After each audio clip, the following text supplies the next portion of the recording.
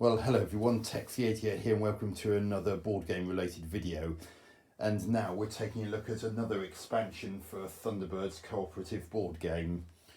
The board game that was released in 2015 to commemorate the 50th anniversary of the Thunderbirds Super Marionation TV series that was produced by Jerry Anderson. And this expansion is called The Hood. Now you may remember from my video about the core game, the Hood is the main adversary to International Rescue, the secret rescue organisation that's the central part of the Thunderbirds universe. And the Hood is a master of disguise and always made it his mission in life to try and discover International Rescue's secrets. And the Hood expansion also allows a potential fifth player to be able to take part, and because normally the game would be for 1 to 4 players, but this adds a potential fifth player.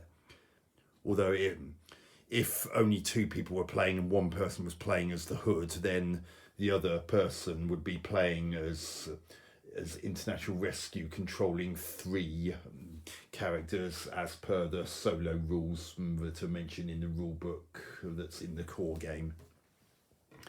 And I'm just going to bring into view the board from the core game to illustrate certain things.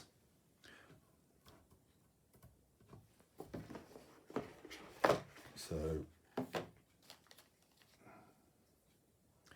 we've got the Hood's lair, and there's a similar character model for the Hood this purple character who can actually go into other vehicles, including International Rescue vehicles if whoever's playing as the Hood is successfully able to do his hijack action. And if there are any International Rescue characters in such a vehicle, then he can kidnap those characters, and whoever's playing as International Rescue might have to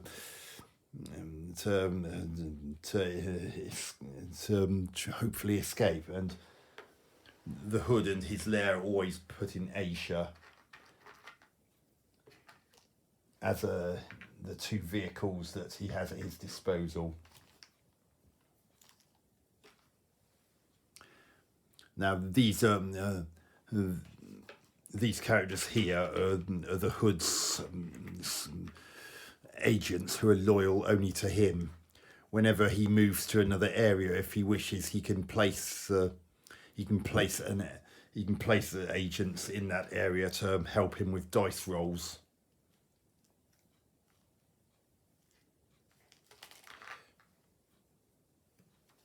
And if he wanted to place one and he can't actually place any additional ones because they're already on the board, he can simply move an existing agent from one location to the location where the Hood figure just happens to be at that particular point.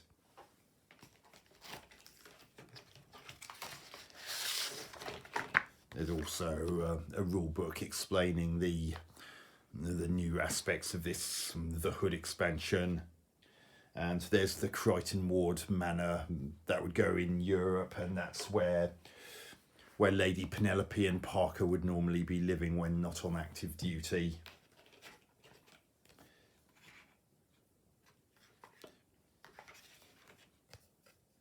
And this is a camera thing that the Hood player uses. Now what that's all about is that one thing that the International Rescue vehicles have as standard is automatic photography detection equipment on board each craft, and these will alert the usual pilot of whoever them and will alert that particular usual pilot of that particular craft to letting know someone's trying to photograph or film that particular ship. And one of the actions that the Hood can do is try and photograph an International Rescue spacecraft that just happens to be in the space that the Hood is in at any time. So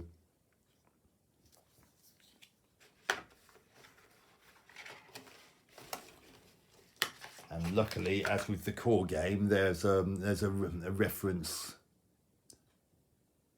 There's a reference card not only showing what the hood can do, and there's the action I just mentioned, the spy action, which allows the hood player to take a picture of a Thunderbird machine in where the hood's character happens to be at the time. And as you can see, a roll of 6 or higher, allowing for modifiers, is the target to beat. And each time the hood successfully takes a picture, the usual hood character that's normally up on this hood track would advance 1 space. So obviously, if the hood manages to successfully take pictures of craft, it can make the hood's figure on the hood's track at the top of the board advance even more quickly than normal. And there are some special actions that international rescue players can do in addition to the ones they're used to from the core game.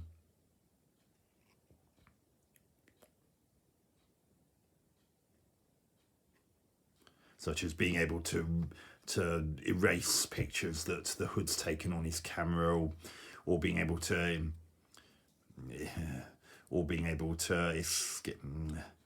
escape if there's an escape onto a transferred, imprisoned or kidnapped character to a Thunderbird machine, or move to Crichton Ward Manor, or even being able to capture the hood himself.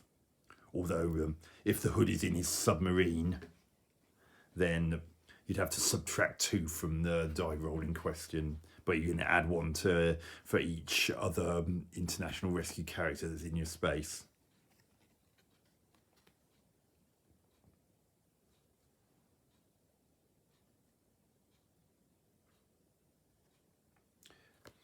And the hood only gets 2 actions, unlike the usual 3 that international rescue players get.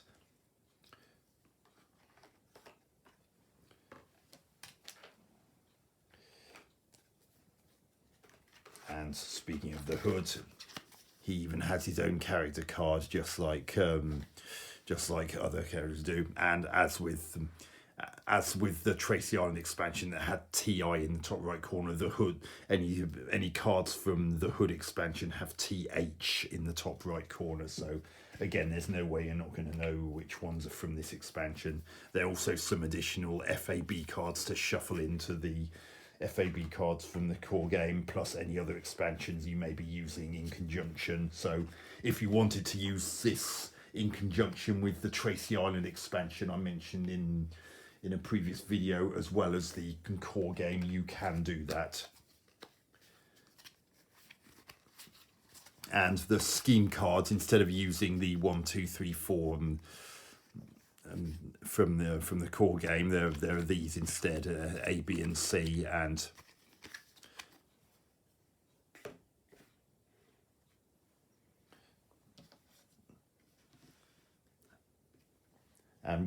what would normally happen is that there would, scattered around the place, there might be some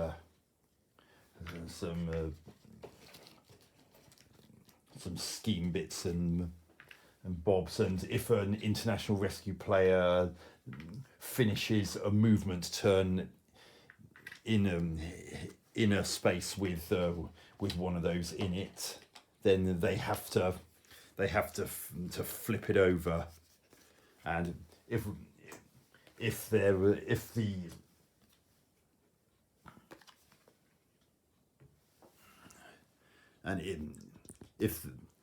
actually the second and third schemes wouldn't be active until the first scheme had been dealt with. And if a player ends their turn in space with a token in it, then they have to flip it over, and whatever it says on the other side, that's what they have to surrender before the hood on his track reaches the skull and crossbones symbol connected to that scheme's space. as per the rules in the core game.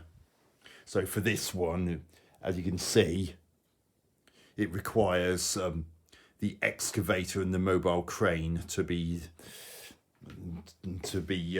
taken to that area. Once that's done, then that could go onto that particular token could go onto the scheme, which would show that scheme's been foiled, and that would activate the next one. As you can see, that one you have to successfully deal with two of those scheme tokens. Now you probably noticed that all those scheme tokens, and just so you know, the scheme C card has 3.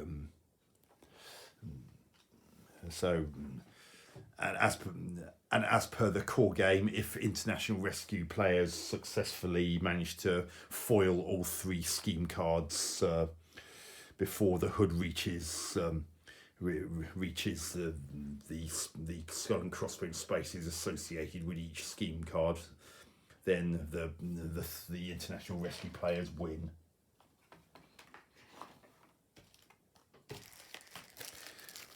There are also some additional event cards that can get shuffled into the event cards from the core game, and the only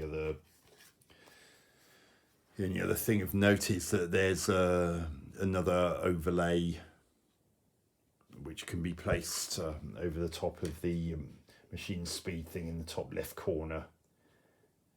The only thing that's a little bit of a pig in that is that if you were using the Tracy Island expansion, because that also came with an overlay a bit like that, you'd probably just have to place that one to one side to cater for the additional vehicles that are in that expansion.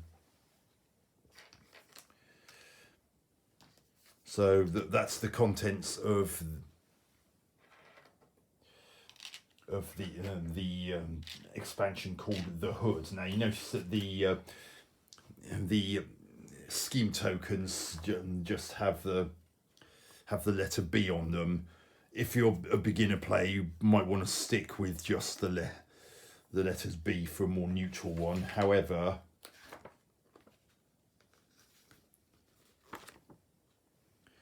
if you wanted to make things easier for the hood, you can have a mixture of 5 Bs and 2 Cs, or make it harder for the hood, have 3 Bs and 4 As. There are some C, Bs and As which haven't actually been popped out, because at the time of recording this video we've only ever played this using the B tokens to make it more standardized. But this particular expansion does add a little bit of a twist, not to mention the potential for another player to be able to play, so upping the maximum number of players to 5, whereas normally it's restricted to 4. So hope you enjoyed this video, and I hope to catch you on another video soon. Texie88 out.